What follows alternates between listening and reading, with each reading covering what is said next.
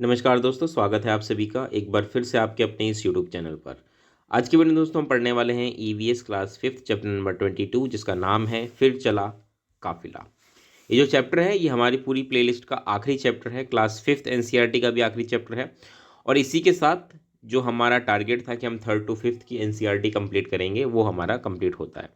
और इतना ही नहीं, इसके नोट्स भी बना दिए हैं मैंने जो कि टेलीग्राम चैनल पर अवेलेबल है। आप वहाँ से उसको पढ़ सकते हैं फ्री में। इसका कोई पेड कोर्स या कुछ ऐसा नहीं है, फ्री में उसको पढ़ सकते हैं। आपको एक्सेस है वहाँ जा कर के, ठीक है। बस मैं आपसे ये उम्मीद लगाऊंगा कि आप इस चैनल को सब्सक्राइब कर दीजिएगा, ठीक है, क्योंकि बड़ी मेहनत से हमने इसको तैयार किया है और आपको दोबारा से फिर से क्लास 3 to 5 एनसीईआरटी पढ़ने की जरूरत नहीं है। बस नोट्स को रिवाइज करते जाइए और आपका काम हो जाएगा। चलिए वीडियो की शुरुआत करते हैं। इस चैप्टर को शुरू करने से पहले अगर मैं आप मुझसे पूछें कि एग्जाम पॉइंट ऑफ व्यू से भी कुछ महत्वपूर्ण है, तो एग्जाम पॉइंट ऑफ व्यू से कुछ महत्वपूर्ण मिलेगा नहीं। यहाँ पे बस एक छोटी सी कहानी धनु के परिवार की है। धनु एक जो कि एक छोटा बच्चा है। इसमें बताया गया कि कैसे उनका परिवार जिस गांव में रहता है वहाँ पे जो जब फसल का मौसम होता है तो उस वक्त तो वो आराम से अपना काम चला लेते हैं, लेकिन जब वो फसल नहीं उगा पाते तो अपने परिवार का खर्चा चलाने के लिए उनको कर्जे लेने पड़ते हैं। कर्जे भी मुकादम से लेते हैं और उसके बदले उनको मुकादम के कहने पर गन्ने के फैक्ट्री में काम करना पड़ता है और इसकी वजह से उनका पूरा परिवार गांव छोड़कर कारखानों में चला जाता है। वहीं आसपास झुग्गी झोपड़ी बना करके वो रहते हैं। और इतना ही नहीं, इससे बहुत लोग प्रभावित होते हैं। घर में बूढ़े माता पिता को छोड़ के आना, और कई लोग मतलब उनके घर में कभी कोई बीमार हो जाए तो बुरी परिस्थितियाँ आ जाती हैं। धनु जो कि छोटा बच्चा स्कूल में पढ़ रहा है, उसको अपनी पढ़ाई छोड़ करके अपने माता पिता के साथ कारखानों में जाना पड़ता है। तो ये सब छोटी छोटी बातें हैं जो कि बताती हैं कि कैसे एक गरीब परिवार बहुत कुछ करता है अपने परिवार को पालने के लिए, ठीक है, अपने बच्चों को पढ़ाने के लिए। तो यहाँ पे थोड़ा सा संवेदनशील बच्चों। तो कहानी की शुरुआत होती है धनु से। धनु जो कि दशहरे का एक बड़ा त्यौहार है, आज मनाया जाएगा। सब रिश्तेदार अपनी अपनी बैलगाड़ियों के सामान लाद कर लाए हैं। धनु के बाबा परिवार में सबसे बड़े हैं, इसलिए सभी त्यौहार उन्हीं के यहाँ मनाए जाते हैं। इस त्यौहार पर मामी, आई आई मतलब उनकी माँ, और चाची मिलकर गुड़ और पूरन पोली, पूरन पोली मतलब चने के दाल की मीठी गोलियाँ होती हैं, उसको बनाते हैं। मीठी रोटियाँ, सॉरी। साथ में तीखी कढ़ी बनाते हैं। दिन में गपशप चलती है मगर शाम को माहौल बदल जाता है। क्यों? क्योंकि सब औरतें और बूढ़े बच्चे सामान बांधने लगते हैं। अब बांधने का मतलब कहाँ जा रहे हैं ये? अब ये जाएंगे कारखाने में।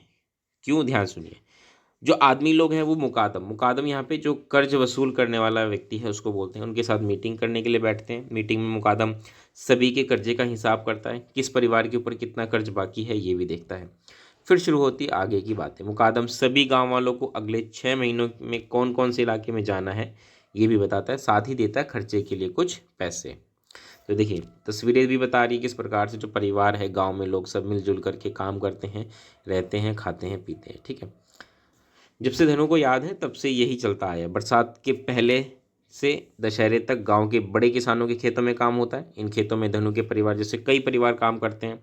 इस कमाई से इन महीनों का खर्चा चल जाता है, पर बाकी के कुछ महीने जब बरसात नहीं होती तब खेतों में भी काम नहीं होता। फिर उस समय गुजारा कैसे होता है? तो इसलिए सब क्या करते हैं, कर्ज लेते हैं और कर्ज को चुकाने के लिए वो मुकादम के लिए काम करते हैं। ये मुकादम शक्कर के कारखानों का दलाल है और वो उन्हें गन्ने के खेतों में काम दिलवाता है। अगले कुछ महीने धनु और उसके आई बापू, चाचा चाची, उसके दो बड़े बच्चे, मामा मामी, उनकी दो लड़कियां, गांव के 40-45 परिवार अपने घर से दूर रहेंगे। 6 महीने धनु और उसके जैसे कई बच्चे स्कूल नहीं जा पाएंगे।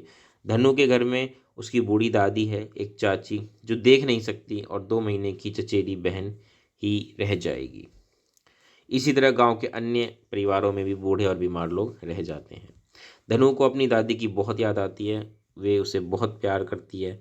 धनु हमेशा सोचता है कि उनके पीछे दादी की देखभाल कौन करेगा, लेकिन धनु कर भी क्या सकता है। दशहरे के बाद परिवारों का यह काफिला अब गन्ने के खेतों और शक्कर के कारखानों के पास झोपड़ियां बनाकर रहेगा। अपनी झोपड़ियां जो हैं ये गन्ने के सूखे पत्ते और जो रस निकलते हैं गन्ने उनसे बनाते हैं। सुबह के अंधेरे में ही उठकर घर के आदमी खेतों में कटाई करने लगते हैं।